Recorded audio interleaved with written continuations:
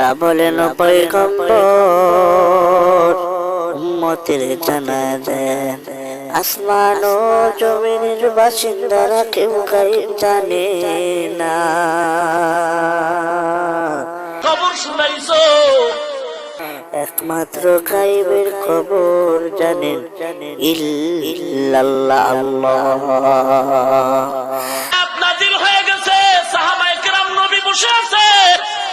আলিমুল গায়বি wash শাহাদাহ আলিমুল গায়বি wash শাহাদাতি হুয়ার রাহমানুর রহিম।